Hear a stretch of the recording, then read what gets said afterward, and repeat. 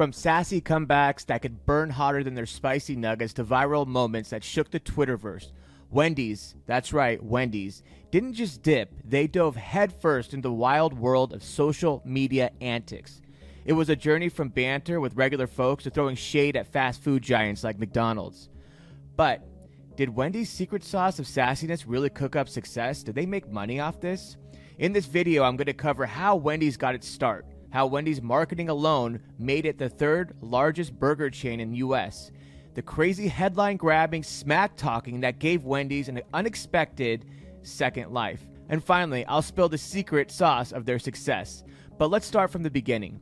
Wendy's, which is the third largest hamburger chain in the United States, just behind McDonald's and Burger King, was founded by Dave Thomas in Columbus, Ohio in 1969, fulfilling Dave's dream of owning a restaurant.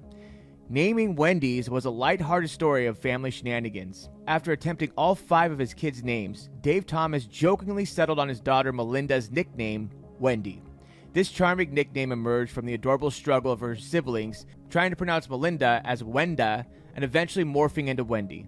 Dave envisioned a logo featuring a smiling, wholesome girl embodying Wendy's old-fashioned hamburgers, where folks can just come and enjoy a burger made the classic way. Dave Thomas led Wendy's on a turbocharged growth spurt, hitting the milestone of 1,000 locations in just under a decade of the company's founding. Marketing was their secret to success. Even after Thomas stepped back from the daily grind in 1982, Wendy's kept growing. Wendy's had its fair share of minor setbacks, like the failed attempt at a breakfast service. This propelled the company's first series of commercials that aired in 1989, with Dave as the face of these commercials. Dave Thomas' down-home charm wasn't just a hit, it was a secret sauce of Wendy's success. His warm and fuzzy vibes were a hit. Those commercials were a breath of fresh air, a wholesome oasis in a burger ad wilderness of clowns and kings. Dave wasn't just selling burgers, he was serving up a side of wholesome, feel-good vibes. When Dave Thomas passed away in 2002, he left behind a legacy as an OG commercial king of burgers, clocking in over 800 appearances. That's more face time than any other founder in history. A whole generation grew up with his face on their screens. Let's fast forward to this fascinating evolution from traditional TV commercials to Wendy's embracing a more unorthodox promotional approach, making waves on social media scene, particularly on X, formerly known as Twitter. Wendy's hit huge with TV ads from the 1970s all the way to the early 2000s, but that was a dying media, and Wendy execs knew where the future lied. This evolution reached a crescendo in the early 2017s when Wendy's instead of its TV antics, strategically utilized its Twitter account to skillfully respond to unruly customers who fired shots at Wendy's. Hashtag Wendy's, your food is trash. But Wendy's saw an opportunity and disguised it as a comeback by replying, no, your opinions are though. The Twitterverse went bonkers, and because brands throwing shade wasn't exactly the norm back then, when they broke away from the formal PR strategy, consumers ate it up. Instead of friendly jabs at competition, this brand is taking jabs at consumers. Suddenly, consumers wanted to talk to this new sassy Wendy, making their Twitter account trending for months. They started getting crazy with ideas, like when they dropped a mixtape titled We Beefin', where they poke fun at competitors while hyping their menu items, or when they declared their own National Roast Day on Twitter, which resulted in a flurry of clever, humorous, and sometimes self-deprecating roasts. They got on a social media hot streak. In this spike, 95% of activity came from replying to users. People wanted to interact with the brand, and that's a beautiful thing. Eventually, a teenager from Reno, Nevada, named Carter, showing enthusiasm for a shot at scoring free chicken nuggets from Wendy's, tweeted the fast food chain. He asked them how many retweets were needed to score a year's supply of chicken nuggets. In classic mischievous Wendy's fashion, they responded by setting an apparently unobtainable target of 18 million retweets. Instead of throwing in the towel like most would, Carter seized this chance to kick off his very own Twitter crusade, rallying supporters with the Nuggets for Carter hashtag. As fate would have it, the tale rocketed him into viral stardom, spreading like wildfire across Twitter and making waves in the news. Publications far and wide jumped on the bandwagon, championing his cause. And the cherry on top, celebrities joined the Nugs for Carter brigade, adding a sprinkle of star power to the nugget revolution. The publicity engine was in overdrive at this point, creating a mesmerizing snowball effect that propelled the content into full-on viral mode. Fast forward just 1 month and boom, Carter and Wendy shattered the record for the most retweets, clocking in an impressive 3.5 million in 2017. Although Carter fell short of the astronomical retweet goal, Wendy's must have liked what he was doing because they still rewarded the teen with a well-earned year's supply of chicken nuggets. So what did the numbers look like for the nugget extravaganza that Wendy's had orchestrated? Here's some good. The Twitter account saw an epic surge, snagging over 240,000 new followers thanks to the Nuggets for Carter campaign. This staggering boost marked a 15% rise, rocketing them from 1.58 million to 1.82 million followers. Wendy's also had a few moments with other big-name competitors, like when Burger King tweeted a photo in front of a Wendy's captioned, "Roses are red, violets are blue, and patties are round." A subtle jab at the fact that Wendy's has square patties. Not one to let that slide, Wendy's hit back by saying, "Look who dropped by to see what spicy nuggets were really supposed to taste like." Entertaining, right? That's what content's supposed to be. Entertaining, not boring by the book, corporate blah blah blahness. Even McDonald's wasn't spared by Wendy's spiciness.